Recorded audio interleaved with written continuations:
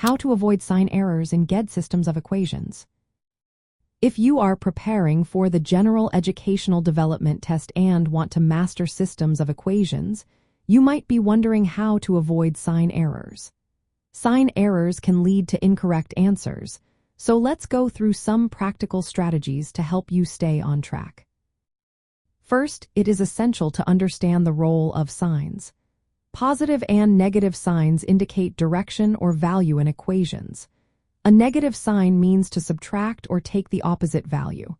Misplacing a sign can change the entire meaning of an equation, so be mindful of them. Next, when you write equations, make sure to do so clearly. Write each term with its sign. Avoid skipping signs or merging terms without checking their signs. This simple step can save you from confusion later on.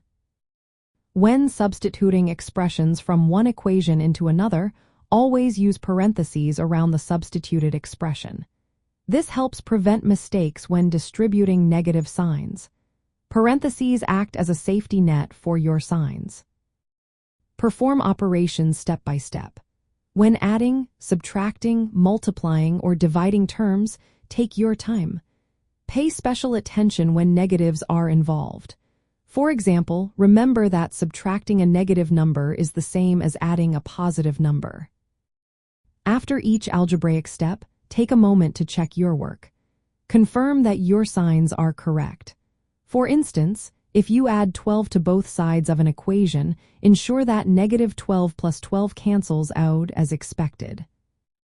When using the substitution or elimination method, be careful.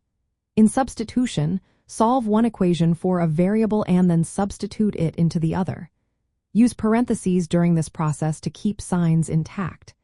In elimination, you might need to multiply entire equations by numbers to align coefficients. Be especially cautious when multiplying by negative numbers. After finding values for your variables, plug them back into the original equations to verify that both sides balance. This step is helpful for catching any sign errors you might have made along the way. Many systems of equations on the General Educational Development Test come from word problems.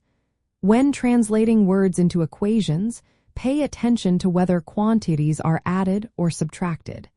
This will help you maintain the correct signs.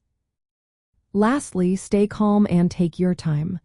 Nervousness can lead to rushing, which often results in sign mistakes. Take a deep breath, work methodically, and double-check your signs at each step. By focusing on these strategies, you can reduce sign errors and improve your accuracy in solving systems of equations for the General Educational Development Test.